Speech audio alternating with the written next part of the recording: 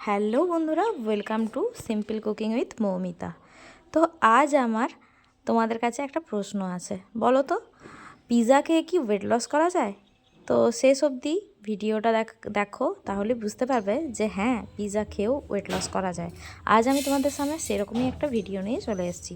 তো তার জন্য প্রথমেই দরকার লাগছে আমার ওটসটা আমি একটা মিক্সিং জারে দিয়ে দিলাম। এবার দিয়ে দিলাম হাফ বাটির মতো সুজি।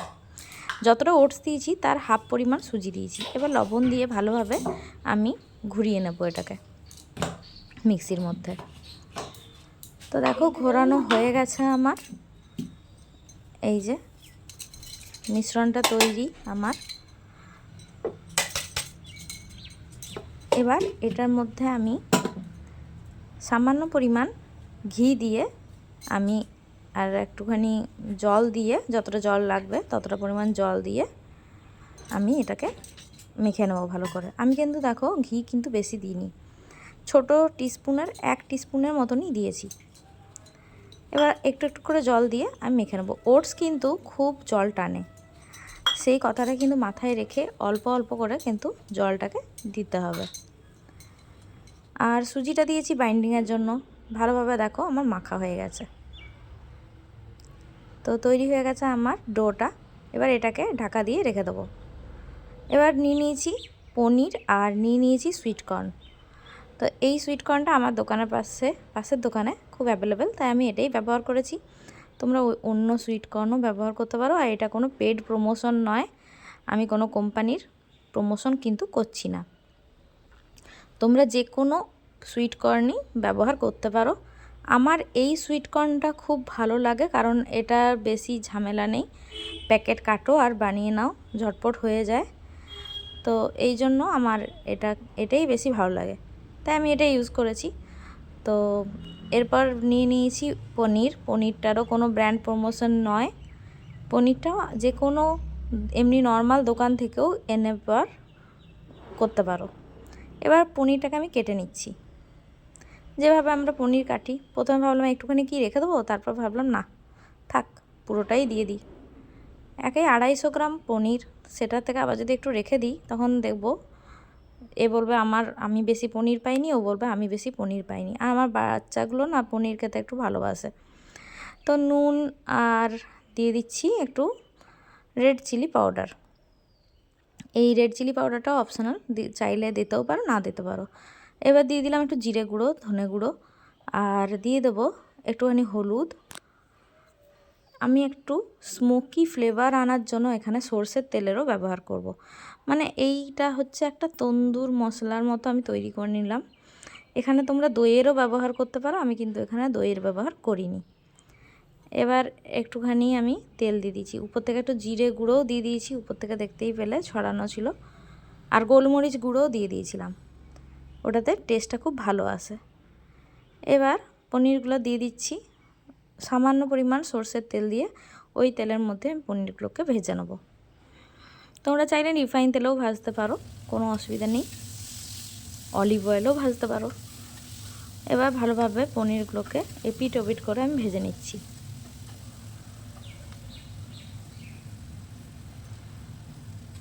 পনিরগুলো যখন ভাজা ভাজা হয়ে আসবে, তখন আমি সুইটকর্নটা দিয়ে দেবো। সুইটকর্নটা দিয়ে দিলাম। এবার ভালোভাবে আবারও নাড়িয়ে চাড়িয়ে মিশিয়ে নেব। এই সুইটকর্নটা কিন্তু বাজারের অন্যান্য সুইটকর্নের থেকে কিন্তু একটু আলাদা, কারণ এই সুইটকর্নটা আমাকে আর সেদ্ধ করতে হয় না। এটা প্রায় করাই থাকে, সেদ্ধ করেই প্যাকেটিং করা থাকে, তাই বললাম না, এটা ঝটপট হয়ে যায়। এবার ভালোভাবে আমাকে একটু ক্রাঞ্চিনেস আনার জন্য আমি এখানে মানে সুইটকর্নটা যতক্ষণ একটু ক্রাঞ্চি মতো হবে ততক্ষণ অবধি ভেজে নেব। আর দিয়ে দিলাম অবশেষে পেঁয়াজটা সবাই প্রথমেও দিতে পারো, আমি লাস্টেই দিলাম, কারণ পেঁয়াজ ভাজতে বেশিক্ষণ টাইম লাগে না। আর পেঁয়াজটা একটু কাঁচা কাঁচা থাকলে না বেশি ভালো লাগে এটা খেতে, তাই পেঁয়াজটা লাস্টে দেওয়া। এটা কিন্তু বেশিক্ষণ ভাজার কোনো দরকার নেই, এই আশা করছি 3-4 মিনিটের মতো একটু নাড়িয়ে চাড়িয়ে হাই ফ্লেমে মিশিয়ে নিলেই রেডি হয়ে যাবে এটা। তো তৈরি হয়ে গেল ওটা ওদিকে। আর এদিকে আমি পিৎজাটা তৈরি করে নিচ্ছি। একটা এমনি ফ্ল্যাট প্লেটের মধ্যে তেল বুলিয়ে নিলাম। এরপর আমি পিৎজার যে আটাটা মেখে রেখেছিলাম সেটাকে আমি দুটো ভাগে ভাগ করে নিচ্ছি। আমি এর থেকে 2টো পিৎজা বানাবো। তার জন্য তোমরা চাইলে একটা বড় পিৎজাও বানাতে পারো। আমার যেহেতু প্লেটটা ছোট, তাই আমি এখানে 2টো পিৎজাই বানাবো। সেই অনুযায়ী তোমরা চাইলে একটা গোটা বড় পিৎজাও বানাতে পারো, ওটাতে আরও খাটনিটা একটু কম হবে আর একবারেই তাড়াতাড়িভাবে হয়ে যাবে।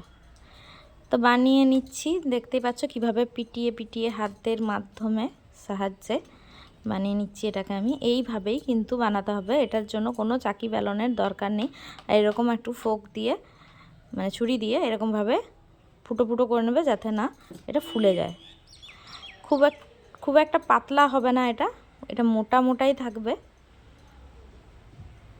আর তোমরা চাইলে এটাকে কড়াইয়ের মধ্যেও করে নিতে পারো, মানে কড়াইটাকে নামিয়ে আর কড়াইয়ের মধ্যে এটাকে পেতে পর করে নিতে পারো। আমার সেই সময় মাথাতে আসেনি ওই কথাটা, তো আমি এরকমভাবেই প্লেটের মধ্যে স্টিম করেছিলাম স্ট্যান্ড বসিয়ে। চাইলে নিচে এই সময় জলও দিতে পারো, আমি কিন্তু জল দিইনি। এই যে ফুটো ফুটো করে দিলাম এরকমভাবে 4-5টা, দেখতে একদম পিৎজার মতনই লাগছে। এবার এটা কিছুক্ষণ প্রায় 10 থেকে 15 মিনিট এটা একটু পাউরুটির মতো হয়ে যাওয়া অবধি এটাকে সেঁকে নিলাম। এরপর এটার মধ্যে আমি দিয়ে দিচ্ছি টমেটো কেচাপ। চাইলে টমেটো কেচাপের পরিবর্তে পিৎজা সসেরও ব্যবহার করতে পারেন। আমি এখানে আমার বাড়িতে টমেটো কেচাপটা অ্যাভেলেবেল ছিল, বা পিৎজা সস বাড়িতেও বানিয়ে আপনারা খেতে পারেন, কোনো অসুবিধা নেই। তাতে আরও ভালো, সেটা আরও হাইজেনিক। তো ময়দার থেকে আমার মনে হয় এইভাবে যদি পিৎজা করে খাওয়া হয়, সেটা কিন্তু খুব হেলদি হবে, একটা রেসিপি, হেলদি খাবার হবে। তাই আজ আমি এরকমভাবে বানিয়ে দেখালাম। আমি কিন্তু ওয়েট লসে নেই, আমি এমনি সবই নর্মাল খাবারই খাই, কিন্তু যারা ওয়েট লস করে তাদের জন্য কিন্তু এটা কিন্তু ভালো রেসিপি। আর সসের পরিবর্তে তোমরা এখানে নিজেরা বাড়িতে টমেটো দিয়ে সসটাকে বানিয়েও, পিৎজা সস বানিয়েও সেটাকে করতে পারো। আর দেখো আমাকে বাড়িতে সবাই কেমন টোন কাটছে, সেটা তোমরা শুনতেই পেলে। বলছে তুমি সারাদিন বলবে ডায়েট করছি আর রাত্রেবেলা এইসব খাবে। আমি দেখো এইসব খেয়েও কিন্তু আমি ওয়েট লস করতে পারবো। তো আমি একটু এক্সারসাইজের মধ্যে থাকি, আর একটু হাঁটাচলা করি, একটু হাঁটতে বেরোই, ব্যাস এইটুকুই আমার ডায়েট, আর কিছুই না। আমি সবই খাই, নর্মাল ফুডই খাই, যা বাড়িতে নর্মাল ফুড হয় সবার জন্য আমি সেটাই খাই। আমি আলাদাভাবে কোনো রকম ডায়েট ফলো করি না। তো এরপর চিজটা দিয়েছি যখন, তখন আমি ক্যামেরাটা অন করতে ভুলে গেছি। চিজও দিয়ে দিয়েছি, দেখতেই পেলেন, আর দিয়ে দিয়েছি অরিগ্যানো আর চিলি ফ্লেক্স। তো আমি যে ভাবছিলাম যে একটু বেশি করে চিলি ফ্লেক্সটা দিয়ে দিই, যাতে এরা খেতে না পারে, কারণ আমার খেতে পিৎজা খুব ভালো লাগে। কিন্তু যতই ঝাল দাও এই সব জিনিসে, আমার বাচ্চারা তো খেয়ে নেবেই, ওদের এই সব জিনিসে ঝাল লাগে না। ওদের বাড়িতে ভাতের সঙ্গে যত তরকারি হয় সেইগুলোতে ওদের বেশি ঝাল লাগে। যাই হোক, পিৎজা আমার রেডি। আরও একটা পদ্ধতিতে আমি পিৎজা বানিয়েছি, সেটাও দেখিয়ে দিচ্ছি। আমি এরকম কড়াইয়ের মধ্যে পিৎজা ব্যাটারটাকে আমি ছড়িয়ে নিয়েছিলাম, নিয়ে এপিট ওপিট করে সেঁকে নিয়েছি। এটাও কিন্তু খুব ইজি প্রসেস, আর এটাতে না পিৎজার টেস্টটা খুব ভালো আসে। আমি একটু ওস্তাদিগিরি করতে গিয়েছিলাম বলে আমার এটা ভেঙে গিয়েছিল। তো আমার মতো এরকম ওস্তাদিগিরি করবেন না, বেশি উল্টোপাল্টা করবেন না। 2বার এপিট ওপিট উল্টে দিলেই কিন্তু এটা রেডি হয়ে যায় ব্যাটার, পিৎজা ব্রেডটা। তো দেখতেই পাবেন আমি এক্ষুনি ভাঙবো এই জিনিসটাকে। আমি খুব খুঁতখুঁতে মানুষ আছি আর কি। এই দেখুন, দেখলেন, এমনভাবে আমি তুলে ফেললাম যে ওটা ভেঙেই গেল। ব্যাস, কি করা যায়, আমি আবার সেটাকে সেট করে আবার পিৎজা দিয়ে দিলাম টমেটো সস। এরপর এই দেখুন ভেঙে গেছে। তো এটা কিন্তু খুব নরম হয়, এটাতে গ্লুটিনের পরিমাণ কিন্তু খুবই কম, শুধু ওটসে যেটুকু থাকে আমাদের সেটুকুই থাকে এর মধ্যে। তো ওই জন্য সাবধানভাবে কিন্তু এটা করতে হবে, বেশি এপিট ওপিট উল্টাতে যাবেন না, একবার উল্টি দিলেই কিন্তু হয়ে যাবে। এবার দিয়ে দিচ্ছি যেটা আমার টপিংটা বানিয়েছি সুইট কর্ন আর পনিরের, সেটা দিয়ে দিলাম। আর কাঁচা পেঁয়াজটা মুখে ভালো লাগে, তার জন্য একটু করে আমি উপর থেকে কাঁচা পেঁয়াজও দিয়েছি। তো দুরকমভাবে আমি বানিয়েছি পিৎজাটাকে, আমি দুরকমভাবে আপনাদের সঙ্গে শেয়ার করলাম। কোনটা আপনাদের বেশি ইজি লেগেছে আমাকে অবশ্যই কমেন্টে জানাবেন। যেটা ইজি লেগেছে সেটাই আপনারা ট্রাই করে দেখতে পারেন, খেতে খুবই টেস্টি হয় এই পিৎজাটা। আর পিৎজা আমাদের মাঝে মাঝে খেতে কিন্তু খুবই ভালো লাগে বাড়িতে বানিয়ে। তো দেখুন কতটা সুন্দর হয়েছে পিৎজাটা, কতটা ইয়াম্মি হয়েছে দেখুন, পুরো ইয়াম্মি ইয়াম্মি, দেখেই লোভ লাগবে। তো পনির পিৎজা আমার রেডি হয়ে গেল। কেমন হয়েছে অবশ্যই আমাকে কিন্তু কমেন্টে জানাবেন।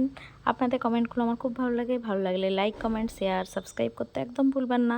এরপর এর মধ্যে আমি দিয়ে দিচ্ছি ওই অরিগানো, চিলি ফ্লেক্স এগুলো, আর দিয়ে দেবো চিজ। চিজ মেল্ট হয়ে গেলেই পিৎজা রেডি হয়ে যাবে। এই যে চিজটা মেল্ট হয়ে গেলেই কিন্তু পিৎজাটা রেডি হয়ে যাবে। আমি তো আগে দেখিনি, যখন আমি অরিগানো আর চিলি ফ্লেক্সটা দিয়েছি তখন দেখিনি যে আমার জুম হচ্ছিল না, ফোকাস হচ্ছিল না ঠিক মতো করে কড়াইয়ের মধ্যে। রান্না করতে করতে সব কিছুটা দেখাটা তো পসিবল হয় না না সব সময়। যাই হোক, তারপর ঠিক করে দিয়েছি। আবার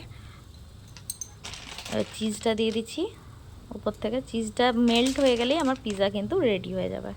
আর চিজ মেল্ট হতে এমন কিছু সময় লাগে না, 5 মিনিট থেকে ম্যাক্সিমাম 6 মিনিট লাগে। তো এই পিৎজাটা 10 মিনিটের মধ্যে কিন্তু রেডি। আপনাদের যদি বাড়িতে টপিংটা বানানোই থাকে আর এই আটাটা যদি মাখাই থাকে, বাস এটা কিন্তু বানাতে বেশিক্ষণ টাইম লাগবে না, ম্যাক্সিমাম 10 মিনিট। 10 মিনিটের মধ্যে পিৎজা রেডি। তো আজকের মতো এখানেই শেষ করলাম। টাটা বাই বাই, সবাই ভালো থাকবেন, সুস্থ থাকবেন।